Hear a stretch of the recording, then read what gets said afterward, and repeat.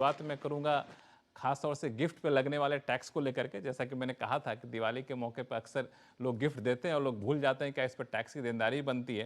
तो अलग अलग तरह के गिफ्ट होते हैं। तो इसमें सबसे पहले कोहली साहब आप ही के पास आऊँगा, चूँकि नाते रिश्तेदार भी गिफ्ट देते हैं, कई बार जो नाते रिश्तेदार नहीं होते हैं वो भी गिफ्ट देते हैं। और सच पूछे तो कई लोग इस उम्मीद में रहते हैं पता नहीं इस बार क्या गिफ्ट आने वाला, बड़े एक्साइटमेंट के साथ लोग खोलते हैं।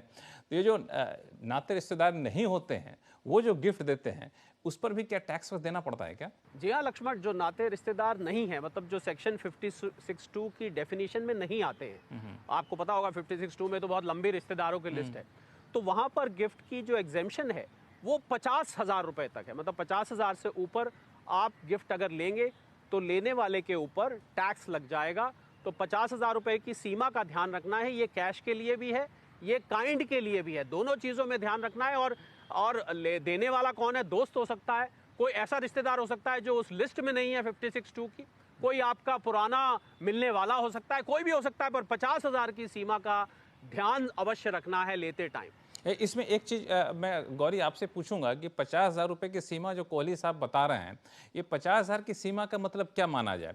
मान लिया कि हमें 4 लोगों ने गिफ्ट दिया और 4 लोगों ने गिफ्ट दिया, किसी ने 12,000 दिए, किसी ने 15,000 दिए, लेकिन 50,000 से ज्यादा नहीं दिया, लेकिन सबको मिला दे तो 50,000 से ज्यादा हो जाता है। तो क्या सबको मिलाने के बाद 50,000 की सीमा मानी जाएगी कि इंडिविजुअल मानी जाएगी? जी लक्ष्मण, इसमें इनकम टैक्स एक्ट बहुत क्लियरली बताता है कि जब हम गिफ्ट्स देखते हैं नॉन रिलेटिव से और ये 50,000 की सीमा देखते हैं तो हम एग्रीगेट अमाउंट देखते हैं। यानी कि अगर किसी ने 50,000 से ज्यादा तो नहीं दिया लेकिन 50 टोटल करके 50,000 से ज्यादा हो गया, तो उस केस में हम उसको मान लेंगे कि ये 50,000 से ऊपर चला गया है और जितना भी आपको अमाउंट मिला है गिफ्ट के तौर पर वो सारा ही आपका टैक्सेबल हो जाएगा। अच्छा, मतलब ऐसा नहीं कि 4 लोग दे दिए 50,000 को टुकड़ों में बांट के, ऐसा नहीं होगा, सबने मिला के 50,000 हो जाता है, तब फिर आपको टैक्स की देनदारी बनती है। अच्छा, मान लिया कोहली साहब की 70,000 का गिफ्ट मुझे मिल गया, तो हमें टैक्स कितने पर लगेगा? 50,000 पे लगेगा या 50,000 छोड़ के 20,000 पे लगेगा या फिर पूरे 70,000 पे लगेगा? बिल्कुल लक्ष्मण, पूरे के पूरे 70,000 पे लग जाएगा। और एक चीज और इसमें मैं बता दूं, जो काम की बात है कि 4 तरीके के मौकों पर या गिफ्ट पर ये टैक्स नहीं भी लगता है। एक तो शादी के दौरान जो गिफ्ट आते हैं वो आते हैं ना, लिफाफे जो चुपचाप जेब में डाल दिए जाते हैं या पकड़ाए जाते हैं, उस पे नहीं लगेगा। आपको अगर मान लीजिए किसी की डेथ हो रही है और डेथ डिक्लेरेशन के टाइम वो गिफ्ट लिया जा रहा है प्रॉपर्टी का, उस पे नहीं लगेगा। इनहेरिटेंस से आ रहा है तब भी नहीं लगेगा। तो ये 3-4 तरीके हैं जहां पर आपको, और एचयूएफ का मान लीजिए कोई पार्शियल पार्टीशन हो रहा है उसमें गिफ्ट बांटा जा रहा है, तो ये 3-4 मौके ऐसे हैं जबकि अनजान व्यक्ति भी देगा, हालांकि एचयूएफ में तो अनजान नहीं होता, तो आपको टैक्स नहीं लगेगा। शादी पे तो बहुत सारे अनजान लोग आते हैं, अनजान मेरा मतलब जो रिश्तेदार नहीं होते हैं, जो लिफाफे पकड़ा के जाते हैं, वहां जोड़ लीजिए जितना मर्जी, चाहे 5 लाख भी आ जाए, शादी के टाइम नहीं लगेगा। ध्यान रखिए, शादी हो रही होनी चाहिए। बिल्कुल, ये लगता है कि दिवाली में तो आपको लगेगा, लेकिन दिवाली के बाद जब त्योहारी सीजन शुरू होगा तब शायद ये फॉर्मूला आपका काम है। गौरी, अभी तक हम लोग चर्चा कर रहे थे कि जो नाते रिश्तेदार नहीं हैं उनके उससे मिलने वाले गिफ्ट पर किस तरह से टैक्स लेंगे। अच्छा, मान लिया नाते रिश्तेदार हैं तो उनसे जो गिफ्ट मिलता है उस पर टैक्स की देनदारी के नियम क्या कहते हैं? बिल्कुल लक्ष्मण, जो रिश्तेदारों से गिफ्ट मिलता है, लेकिन रिश्तेदारों से यहाँ पे हमारा मतलब है जो 56(2) इनकम टैक्स एक्ट में जो रिश्तेदार बताए गए हैं उनसे अगर गिफ्ट मिलता है तो वो टोटली एग्जेम्प्ट है। वो 1 लाख दे रहे हैं, 10 लाख दे रहे हैं, 1 करोड़ दे रहे हैं, उससे कोई फर्क नहीं पड़ता। वो जितना भी अमाउंट दे रहे हैं वो सारा ही सारा जो है वो टैक्स एग्जेम्प्ट हो जाता है। अब इस रिश्तेदारों में जैसे मदर, फादर, ब्रदर, सिस्टर, ऐसे कुछ रिश्तेदार आते हैं जो देखा जाए तो काफी क्लोज जो रिश्तेदार होते हैं उनको इस लिस्ट में रखा गया है। तो इनसे अगर आपको कोई लेन देन हो रहा है, कोई गिफ्ट मिल रहा है, तो वो टोटली आपके लिए एग्जेम्प्ट है, उस पर आपको कोई भी टैक्स नहीं देना। लेकिन जैसा हम ज्यादातर अपने शो पे भी बताते हैं कि अगर आपको ऐसा कोई मोटी रकम आपको गिफ्ट के तौर पे मिल रही है तो आप जरूर एक गिफ्ट डीड बना के चलिए, ताकि आगे चल के आप इसको इस्टेब्लिश कर सकें कि ये आपको गिफ्ट के तौर पे मिला है और रिश्तेदार से मिला है। बाकी इसमें परेशानी की कोई बात ही नहीं है। अगर आपको रिश्तेदारों से गिफ्ट मिल रहा है तो आप खुल के गिफ्ट ले सकते हैं। बिल्कुल, अभी दरअसल जो है गिफ्ट को लेकर हाँ कुछ कहना चाहते हैं कोहली साहब? जो रिश्तेदारों की लिस्ट है, हाँ मैं ये कह रहा था, जो रिश्तेदारों की लिस्ट है वो बड़ी लंबी दी गई है, तो दूर के रिश्तेदार नाराज नहीं हो। मामा, मामी, चाचा, चाची, साला, सलज, सास, ससुर, भाई, बहन, भाभी, बड़ी लंबी लिस्ट है 56(2) में लक्ष्मण। तो जो रिश्तेदार बहुत नजदीक के नहीं भी हैं वो भी कुछ देने का सोच रहे हैं तो दिल खोल के दें, क्योंकि लिस्ट बहुत लंबी है, बिल्कुल कंजूसी ना करें। बिल्कुल। एक संक्षिप्त में बता दीजिए कोहली साहब की, अक्सर दिवाली से पहले खबरें आती हैं कंपनी ने अपने कर्मचारियों को कभी घर दे दिया गिफ्ट में, कभी कार दे दिया गिफ्ट में। हालांकि मुझे कभी ऐसा मिला नहीं, अलग बात है, लेकिन ऐसे गिफ्ट जो मिलते हैं एम्प्लॉय की तरफ से एम्प्लॉयर को, एम्प्लॉयर की तरफ से एम्प्लॉय को, माफ़ी चाहूँगा, तो इस पर भी क्या टैक्स हो लगता है कि नहीं, ये छोड़ के चला जाए, इसको काउंट ना किया जाए? जी हाँ, देखिए बिल्कुल, अगर एम्प्लॉयर एम्प्लॉई को गिफ्ट देता है तो पहली बात तो 5,000 रुपए तक का जो गिफ्ट है लक्ष्मण, इन काइंड, जो कंपनियां डब्बे वब्बे दे देती हैं, मिठाई के डब्बे, ड्राई फ्रूट के डब्बे वगैरह वगैरह, 5,000 तक पे तो नहीं लगेगा, पर अगर 5,000 से ज्यादा है तो सारे पे लग जाएगा। और ये सैलरी की तरह ही ट्रीट किया जाएगा। एम्प्लॉयर एम्प्लॉय की रिलेशनशिप एक बार एस्टैब्लिश हो जाती है तो एम्प्लॉयर से एम्प्लॉय को जो भी कुछ आएगा वो सैलरी आएगा। कहने का मतलब ये, अगर जिन आप मकानों की और गाड़ियों की बात कर रहे थे, सूरत की एक कंपनी ने, मुझे सुनने में आया था 2 साल 3 साल पहले दिया था, तो उस पर टीडीएस कट जाएगा। मकान मान लीजिए 25 लाख का मिला तो साहब 7.5 लाख रुपए टीडीएस के रूप में आपको देना पड़ जाएगा, ये ध्यान रखिएगा।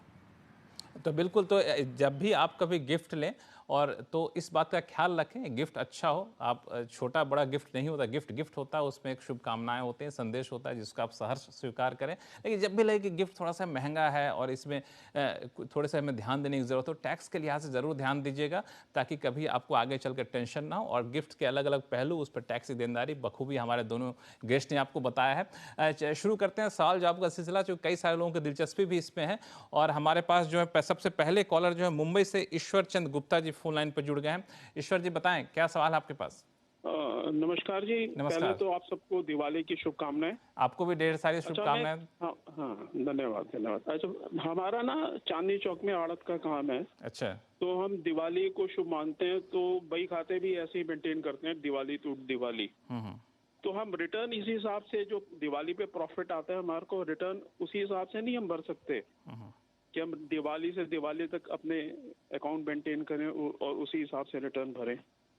तो बड़ा ही अनूठा सवाल पूछा इन्होंने। गौरी बताएं, क्या कहना चाहेंगे इनको? जी ईश्वर जी, देखिए चांदनी चौक पे खास तौर पे मुझे ऐसा लगता है कि बहुत लोग हैं जो दिवाली टू दिवाली अकाउंट्स अपने मेंटेन करते हैं, क्योंकि दिवाली को बहुत शुभ माना जाता है। इसके अलावा भी कई जगह मैंने देखा है दिवाली टू दिवाली लोग अकाउंट्स मेंटेन करते हैं। लेकिन अनफॉर्चुनेटली अगर आप Diwali to Diwali accounts maintain कर रहे हैं तो आपको जो इनकम टैक्स एक्ट में अपनी रिटर्न भरनी है वो आपको फाइनेंशियल ईयर ही फॉलो करना है, यानी 1 अप्रैल से 31 मार्च को ही फॉलो करना है। तो आपको इस जो आपने अकाउंट्स बनाए हैं इसमें कुछ एडजस्टमेंट्स करनी पड़ेगी, और वो एडजस्टमेंट्स करने के बाद आपको अपने पूरे फाइनेंशियल ईयर के हिसाब से ही रिटर्न भरनी होगी। आप दिवाली टू दिवाली इसको नहीं दिखा पाएंगे। दिवाली टू दिवाली अपना मेंटेन तो करिए, लेकिन आपको जब सरकार को अपना रिटर्न फाइल करना है तो आपको यहाँ पे जो है सो फाइनेंशियल ईयर के हिसाब से चलना पड़ेगा, क्योंकि ये थोड़ा सा तकनीकी तौर पर पेचीदा हो सकता है अगर सरकार ऐसा प्रावधान करती भी है तो। चलिए अगले कॉलर लेते हैं। ये हमारे साथ हैं सोनिया मलिक। सोनिया मलिक साहब हमारे साथ फोन लाइन पर जुड़ गए हैं दिल्ली से। बताइए, क्या उलझन आपके पास? हाँ जी, नमस्कार जी। नमस्कार। मैं सोनिया मलिक। मैं ये पूछना चाहती हूँ कि 2 साल पहले धनतेरस पे मैंने कुछ सोना खरीदा था। अच्छा। और अब इस धनतेरस पे मैं उस सोने को बेचकर और नया बढ़ा हुआ सोना मैं खरीदना चाहती हूँ, तो क्या मुझे उस प्रॉफिट पर टैक्स लगेगा? कोहली साहब, इनके सवाल को थोड़ा सा मैं इस तरह से पूछूं कि सोना खरीदा था फिर उसको बेच करके बढ़ा हुआ सोना खरीदना चाहते हैं, क्या वो सही सोच है ऐसा? जी हाँ, देखिए सोनिया जी को राय मेरी ये है कि क्योंकि धनतेरस पे लिया था, 2 साल पहले लिया था, तो सोनिया जी या तो ये है कि आप 1 साल और रुक जाइए, क्योंकि अगर 3 साल हो जाते हैं इसको तो ये लॉन्ग टर्म कैपिटल गेन बन जाता है। तो लॉन्ग टर्म कैपिटल गेन बनने में आपको फिर कई और ऑप्शन सामने आ जाते हैं। आप कह रहे हैं आपने 2 साल पहले लिया था, अब बढ़ गया, बढ़ के अगर आप फिर सोना लेती हैं तो सोना बेचकर सोना लेने का टैक्स एग्जेम्पशन का कोई प्रावधान नहीं है। हाँ, अगर आप 3 साल पुराना सोना बेचती हैं तो उसकी जगह आप सेक्शन 54F में कोई प्रॉपर्टी खरीद लें तो आपको माफ़ी मिल जाएगी। बाकी जो बढ़ा हुआ सोना है उसका मज़ा तो अपनी जगह ही है, कीमत बढ़ गई है, अब आप बढ़ के ले रहे हैं, हो सकता है आपको जेब से कुछ डालना ही ना पड़े, पर ये देखिएगा कि सेल ट्रांजैक्शन और परचेज ट्रांजैक्शन दोनों अलग अलग गिने जाएंगे, आपस में ये ऑफसेट नहीं होंगे। धनतेरस की आपको साथ में शुभकामनाएं।